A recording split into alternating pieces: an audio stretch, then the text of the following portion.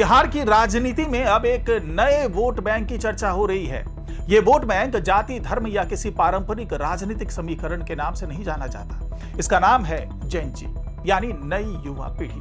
ये वही पीढ़ी है जो स्मार्टफोन के साथ बड़ी हुई है, जिसने राजनीति को सिर्फ अखबारों और चुनावी सभाओं में नहीं बल्कि Instagram reel, YouTube video, Facebook post और मीम्स में देखा है।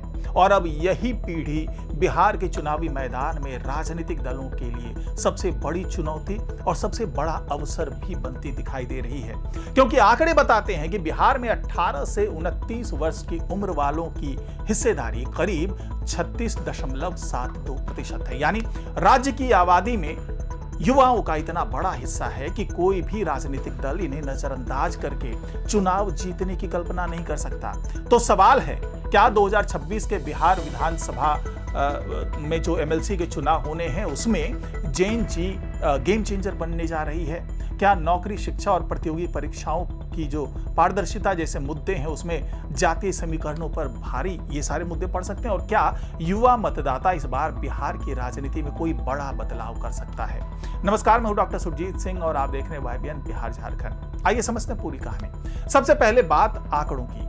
देश में जेन जी की आबादी करोड़ों में है और ये कुल आबादी का एक बड़ा हिस्सा है, लेकिन बिहार की तस्वीर और भी ज्यादा दिलचस्प है।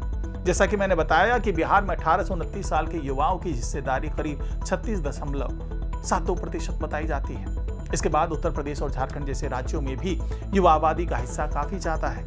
इसका सीधा मतलब है कि बिहार में युवा सिर्फ भविष्य के मतदाता नहीं है, वे आज के मतदाता हैं। और यही वजह है कि राजनीतिक दलों ने अब इस वर्ग को लेकर अपनी रणनीति जो है वो बनानी शुरू कर दी है। लेकिन जेन जी को समझना आसान नहीं है, क्योंकि ये पीढ़ी पिछली पीढ़ियों से काफी अलग है। ये इंटरनेट के साथ बड़ी हुई है। इसे सूचना पाने के लिए किसी नेता की रैली का इंतजार नहीं करना पड़ता। एक बयान हुआ नहीं कि कुछ मिनटों में उसका वीडियो सोशल मीडिया पर पहुंच जाता है। किसी सरकार की योजना की घोषणा हुई नहीं कि युवा उसके फायदे और नुकसान पर सोशल मीडिया पर बहस शुरू कर देते हैं। किसी परीक्षा में पेपर लीक हुआ तो मामला सिर्फ एक जिले तक सीमित नहीं रहता। ये वीडियो, पोस्ट और हैशटैग के जरिए पूरे राज्य में चर्चा का विषय बन जाता है। यानी जेन जी की सबसे बड़ी ताकत है सूचना की तेजी और सवाल पूछने की आदत। और शायद यही वजह है कि राजनीतिक दलों के लिए ये पीढ़ी थोड़ी मुश्किल भी साबित हो रही है। राजनीतिक विश्लेषकों का मानना है कि पिछले कुछ वर्षों में राजनीतिक दलों और छात्र युवाओं के बीच सीधा संवाद कमजोर हुआ है। पहले नेता कॉलेज, छात्र संगठनों और स्थानीय युवाओं के बीच ज्यादा दिखाई देते थे, लेकिन अब राजनीति का बड़ा हिस्सा सोशल मीडिया पर चला गया है। युवा देख तो रहे हैं, लेकिन क्या वे नेताओं से जुड़ भी रहे हैं? यही सबसे बड़ा सवाल है। और बिहार में यह सवाल इसलिए भी महत्वपूर्ण है क्योंकि राज्य का राजनीतिक इतिहास बताता है कि यहाँ छात्र और युवा आंदोलन सिर्फ विरोध प्रदर्शन तक सीमित नहीं रहे हैं। जेपी आंदोलन इसका सबसे बड़ा उदाहरण है। 1970 के दशक में बिहार से उठे छात्र आंदोलन ने देश की राजनीति को हिला दिया था। छात्रों और युवाओं की भागीदारी ने उस समय की सत्ता के सामने बड़ी चुनौती खड़ी की। बाद में बिहार के छात्र आंदोलनों से निकले कई नेता दशकों तक राज्य और देश की राजनीति में प्रभावशाली बने रहे। यानी बिहार की राजनीति में युवाओं के राजनीतिक प्रभाव का इतिहास काफी पुराना है। लेकिन आज का जेन जी जो युवा है वो जेपी आंदोलन के दौर के उस युवा से अलग है। उसकी समस्याएं अलग हैं, उसकी भाषा अलग है, उसके संवाद के माध्यम अलग हैं, लेकिन एक चीज समान है, व्यवस्था से सवाल। आज बिहार का युवा सबसे ज्यादा किस बात को लेकर परेशान है? जवाब सामने आता है नौकरी, रोजगार और शिक्षा। एक युवा कई साल तक पढ़ाई करता है, प्रतियोगी परीक्षा की तैयारी करता है, फिर परीक्षा की तारीख आती है, पेपर होता है, और अगर पेपर लीक हो जाए या परीक्षा रद्द हो जाए तो उसकी मेहनत के साथ साथ उसके कई साल भी बर्बाद हो जाते हैं। यही डर आज प्रतियोगी परीक्षाओं की तैयारी करने वाले युवाओं के बीच दिखाई देता है और यही नाराजगी धीरे धीरे राजनीतिक मुद्दा बनती जा रही है। इसके साथ एक और बड़ा सवाल, डिग्री के बाद नौकरी कहां है? युवा बेहतर शिक्षा चाहता है, वो एक ऐसी डिग्री चाहता है जिसकी बाजार में कीमत हो। वो सरकारी नौकरी के साथ साथ निजी क्षेत्र में भी अवसर चाहता है और वो ये भी चाहता है कि परीक्षा प्रक्रिया पारदर्शी हो। यानी आज का युवा सिर्फ ये नहीं पूछता कि सरकार ने ये घोषणा जो की है वो क्यों की है और क्या की है, वो पूछता है घोषणा का परिणाम क्या निकला। और शायद यही फर्क बिहार के जो अभी आने वाले 4-5 सीटों पे जो एमएलसी का चुनाव है वो दिलचस्प बनाने वाला है। अब राजनीतिक दलों की बात करते हैं तो सत्ता पक्ष के सामने सबसे बड़ी चुनौती है कि वो युवाओं को ये भरोसा दिलाए कि सरकार उनके रोजगार और शिक्षा के सवालों को गंभीरता से ले रही है। ये सब भरोसा दिलाना पड़ेगा। मुख्यमंत्री सम्राट चौधरी की तरफ से मंत्रियों, सांसदों और विधायकों को युवाओं और छात्रों के बीच जाकर संवाद करने पर जोर दिया जा रहा है। स्कूल कॉलेजों में पहुंचने और युवाओं से बातचीत करने की कोशिश इसी रणनीति का हिस्सा मानी जा सकती है। संदेश साफ है, युवा सिर्फ चुनाव के समय याद करने वाला वोटर नहीं होना चाहिए। लेकिन विपक्ष भी पीछे नहीं है। आरजेडी नेता जो है तेजस्वी यादव, वो खुद युवा चेहरा है। 2020 के विधानसभा चुनाव में 10 लाख नौकरियों का वादा युवाओं के बीच बड़ा राजनीतिक मुद्दा बना था। आज भी आरजेडी ये दावा करती है कि युवाओं के बीच तेजस्वी यादव की मजबूत पकड़ है। यानी विपक्ष का प्रयास है कि युवाओं की बेरोजगारी और शिक्षा से जुड़ी नाराजगी को सरकार के खिलाफ राजनीतिक मुद्दा बनाए।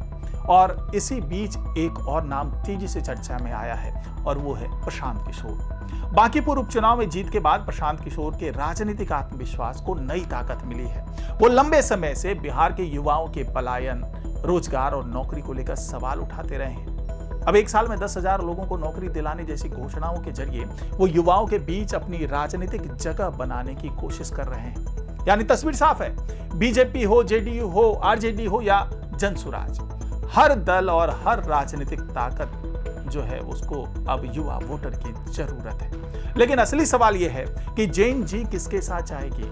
क्या वो जातीय समीकरणों को छोड़ देगी?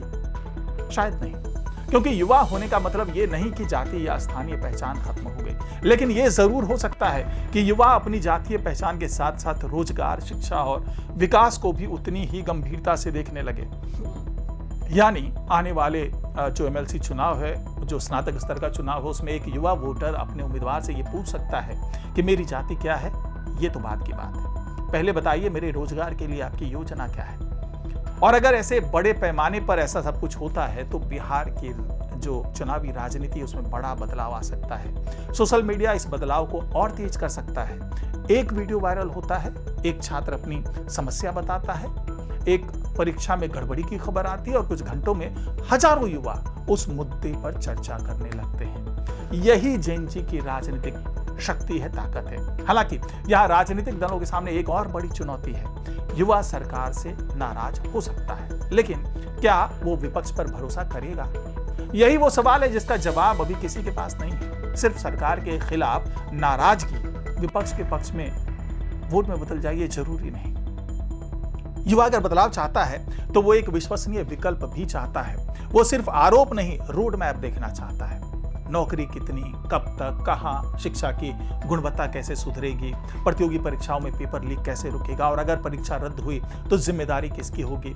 यानी जैन जी की राजनीति में घोषणा पत्र से ज्यादा डिलीवरी महत्वपूर्ण हो सकती है। इसलिए बिहार का आगामी चुनाव युवाओं के लिए एक बड़ा टेस्ट भी होगा और राजनीतिक दलों के लिए भी। एक तरफ सत्ता पक्ष युवाओं के बीच अपनी उपलब्धियां लेकर जाएगा तो दूसरी तरफ विपक्ष बेरोजगारी और शिक्षा के मुद्दे उठाएगा। प्रशांत किशोर जैसे जो नेता है वो युवाओं को अपनी राजनीतिक विकल्प, एक नया राजनीतिक विकल्प देने की कोशिश करेंगे और युवा मतदाता इन सभी दावों को सोशल मीडिया पर परखेगा। इसी बीच चुनाव आयोग की गतिविधियां भी महत्वपूर्ण हो जाती है। नए मतदाताओं को मतदाता सूची से जोड़ना, युवा मतदाताओं को मतदान के प्रति जागरूक करना और चुनाव प्रक्रिया में उनकी भागीदारी बढ़ाना आने वाले चुनाव में महत्वपूर्ण भूमिका निभा सकता है।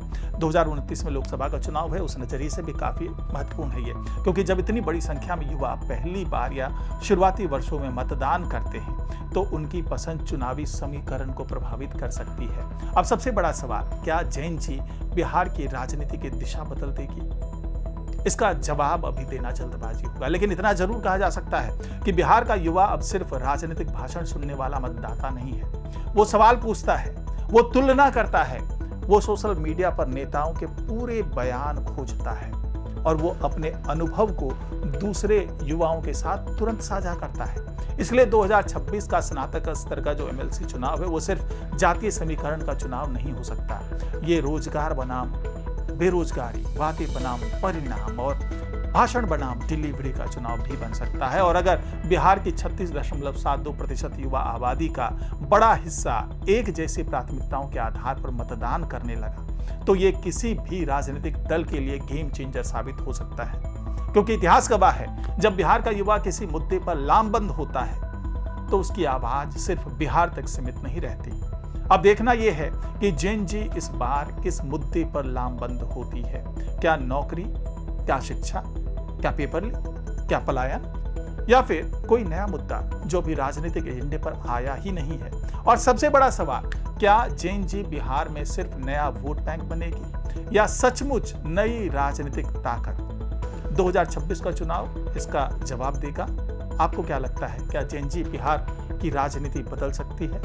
और अगर हाँ, तो युवाओं के लिए सबसे बड़ा चुनावी मुद्दा क्या होना चाहिए? नौकरी, शिक्षा या पेपर लीक? अपनी राय कमेंट बॉक्स में जरूर लिखिएगा। वीडियो पसंद आया तो इसको लाइक कीजिए, शेयर कीजिए, कमेंट जरूर कीजिए। नमस्कार।